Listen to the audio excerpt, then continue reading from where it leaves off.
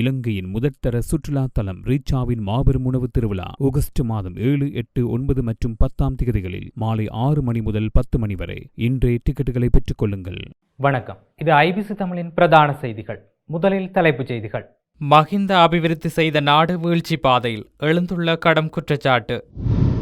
நாட்டை உலுக்கிய டித்வா புயல், புனரமைப்பு பணிகள் தொடர்பில் அரசாங்கம் தீர்மானம். ஐரோப்பாவில் கடும் வெப்ப அலை, உருகிய போக்குவரத்து சமிஞ்சை விளக்குகள். அமெரிக்கா ஈரான் ராணுவ மோதலால் மசகு எண்ணெய் விலை உயர்வு. பொசன் பௌர்ணமி தினத்தையொட்டி ஐஸ்கிரீம் தானசாலை. இடிமின்னலுடன் மழை, பல மாவட்டங்களுக்கு வானிலை எச்சரிக்கை. வளைகுடா பகுதியில் நிலவும் அமைதியின்மை, பெரும் அச்சத்தில் முதலீட்டாளர்கள். ஜெர்மனியில் இடம்பெற்ற துப்பாக்கிச் சூட்டில் 5 பேர் பலி. இனி தொடர்பான விரிவான செய்திகள்.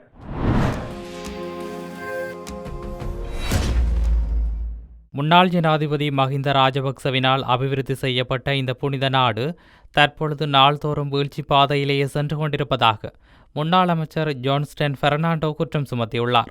முன்னாள் ஜனாதிபதி மஹிந்த ராஜபக்சவினால் கட்டியெழுப்பப்பட்டு பல்வேறு துறைகளிலும் அபிவிருத்தி செய்யப்பட்ட இந்த நாடு தற்போதைய சூழலில் பாரிய வீழ்ச்சியை கண்டுள்ளது என தெரிவித்துள்ளார். நாட்டில் கைத்தொழில் துறை எவ்வித முன்னேற்றமும் அடையவில்லை. அத்துடன் புதிய முதலீட்டாளர்கள் எவரும் நாட்டுக்கு வருவதற்கு முன்வருவதில்லை என குறிப்பிட்டுள்ளார். நாடு இந்த அளவுக்கு பொருளாதார வீழ்ச்சியை சந்தித்துக் கொண்டிருந்தாலும் ஜனாதிபதியினதும் ஆளுங்கட்சியின் நாடாளுமன்ற உறுப்பினர்களினதும் ஆணவம் சற்றேனும் குறைந்த பாடில்லை என தெரிவித்துள்ளார்.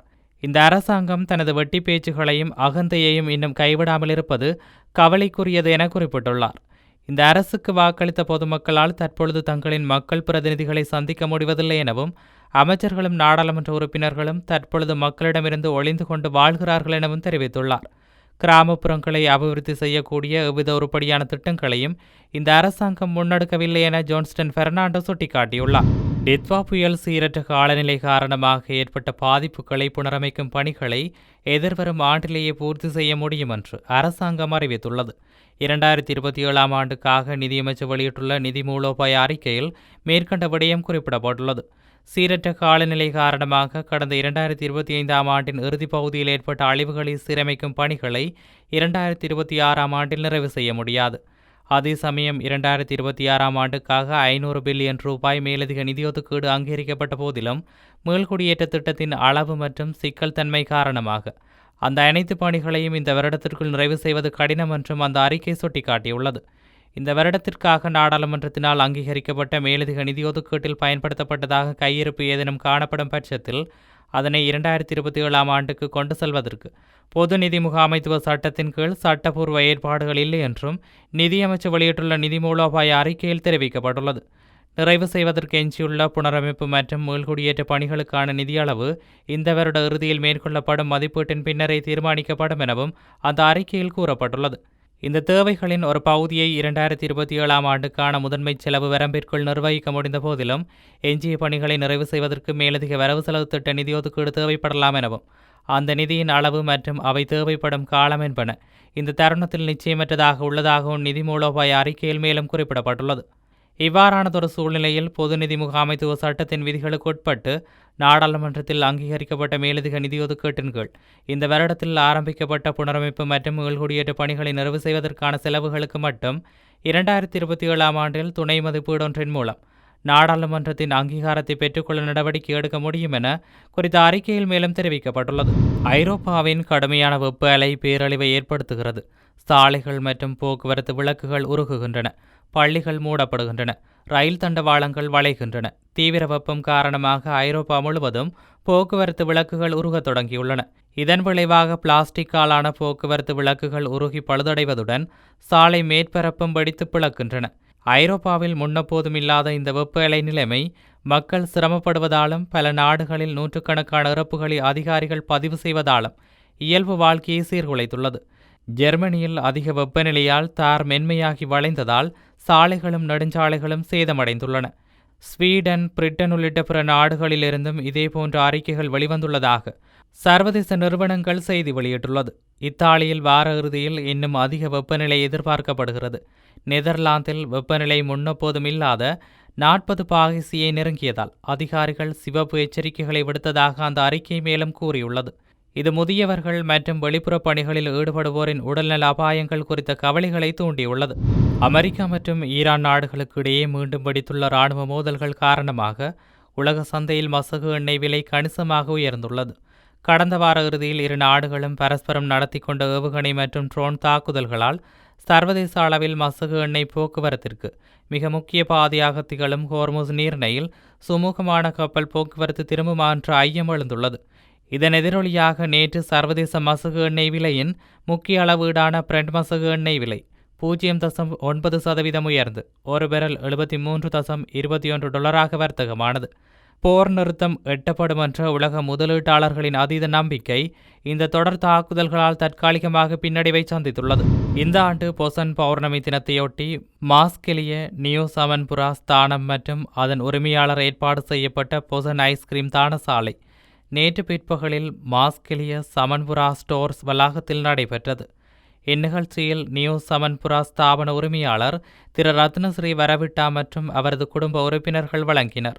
இந்நிகழ்வில் இப்பகுதியைச் சேர்ந்த ஏராளமான பௌத்த, இந்து, கத்தோலிக்க மற்றும் இஸ்லாமிய மக்களும் கலந்து கொண்டனர். மேல் சப்ரகமுவ மற்றும் வடமேல் மாகாணங்களிலும் காளி, மாத்தறை, கண்டி மற்றும் நுவரெலியா மாவட்டங்களிலும் அவ்வப்போது மழை பெய்யக்கூடும் என வளிமண்டலவியல் திணைக்களம் எதிர்வு கூறியுள்ளது. இந்த பிரதேசங்களில் சில இடங்களில் 50 மில்லிமீட்டருக்கும் அதிகமான ஓரளவு பலத்த மழை வீழ்ச்சி பதிவாகக்கூடும் என அந்த திணைக்களம் வெளியிட்டுள்ள வானிலை முன்னறிவிப்பில் குறிப்பிடப்பட்டுள்ளது. ஊவா மாகாணத்திலும் அம்பாறை மற்றும் மட்டக்களப்பு மாவட்டங்களிலும் பல இடங்களில் பிற்பகல் 2 மணிக்கு பின்னர் மழையோ அல்லது இடியுடன் கூடிய மழையோ பெய்யக்கூடிய சாத்தியம் காணப்படுகிறது. மேல் சப்ரகமுவ, மத்திய, தென், வடமத்திய மற்றும் வடமேல் மாகாணங்களிலும் திருகோணமலை மாவட்டத்திலும் அவ்வப்போது மணித்தியாலத்திற்கு 40 தொடக்கம் 50 கிலோமீட்டர் வரையான வேகத்தில் பலத்த காற்று வீசக்கூடும் என எதிர்பார்க்கப்படுகின்றது. இடியுடன் கூடிய மழை பெய்யும் வேளைகளில் அப்பிரதேசங்களில் தற்காலிகமாக வீசக்கூடிய பலத்த காற்று மற்றும் மின்னல் தாக்கங்களினால் ஏற்படக்கூடிய பாதிப்புகளை குறைத்துக் கொள்ள தேவையான முன்னெச்சரிக்கை நடவடிக்கைகளை எடுத்துக்கொள்ளுமாறு வளிமண்டலவியல் திணைக்களம் பொதுமக்களை அறிவுறுத்தியுள்ளது. வளைகுடா பகுதியில் நிலவும் அமைதியின்மையால் உலகளாவிய பணவீக்கம் உயரக்கூடும் என்ற அச்சத்தில் தங்கத்தின் விலை சரிந்துள்ளதாக தகவல்கள் வெளியாகியுள்ளது. இதன் காரணமாக அமெரிக்க மத்திய வங்கி வட்டி விகிதங்களை மேலும் உயர்த்தும் என்று முதலீட்டாளர்கள் எதிர்பார்ப்பில் உள்ளதாக தெரிவிக்கப்படுகின்றது. இந்த செய்தி வட்டி வருமானம் ஈட்டாத தங்கம் போன்ற உலோகங்களுக்கான தேவையை குறைத்துள்ளது. அதன்படி உலக சந்தையில் தங்கத்தின் உடனடி விலை 0.9% சரிந்து ஒரு அவுன்ஸுக்கு $4049.90 அமெரிக்க டாலராக குறைந்துள்ளது. மேலும் ஆகஸ்ட் மாதத்திற்கான தங்கத்தின் விலை 0.8% சரிந்து ஒரு அவுன்ஸுக்கு $4063.50 அமெரிக்க டாலராக குறைந்துள்ளதாகவும் தெரிவிக்கப்பட்டுள்ளது. மத்திய கிழக்கில் நடைபெறும் அமைதி பேச்சுவார்த்தைகளின் முன்னேற்றம் குறித்து முதலீட்டாளர்களிடையே நிலவும் நம்பிக்கையின்மையே தங்கத்தின் விலையை பாதித்துள்ளது என்றும் சந்தை ஆய்வாளர்கள் கூறுகின்றனர். வடக்கு ஜெர்மனியில் ஸ்டேட் நகரில் நடந்த துப்பாக்கிச் சூட்டில் 5 பேர் உயிரிழந்துள்ளனர். இந்த சம்பவத்தில் 2 கைது செய்யப்பட்டுள்ளனர். அவர்களில் ஒருவர் சந்தேக நபர் என காவல்துறை செய்தி தொடர்பாளர் தெரிவித்துள்ளார். பொதுமக்களுக்கு மேலும் அச்சுறுத்தல் இல்லை என காவல்துறை தெரிவித்துள்ளது. ஏராளமான அவசரகால பணியாளர்கள் சம்பவ இடத்தில் உள்ளனர் என்றும் அப்பகுதியை தவிர்க்குமாறு காவல்துறை தங்களது சமூக ஊடகங்கள் மூலம் மக்களுக்கு அறிவுறுத்தியுள்ளது.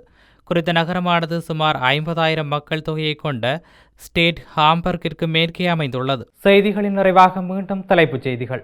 மஹிந்த அபிவிருத்தி செய்த நாடு வீழ்ச்சி பாதையில், எழுந்துள்ள கடும் குற்றச்சாட்டு.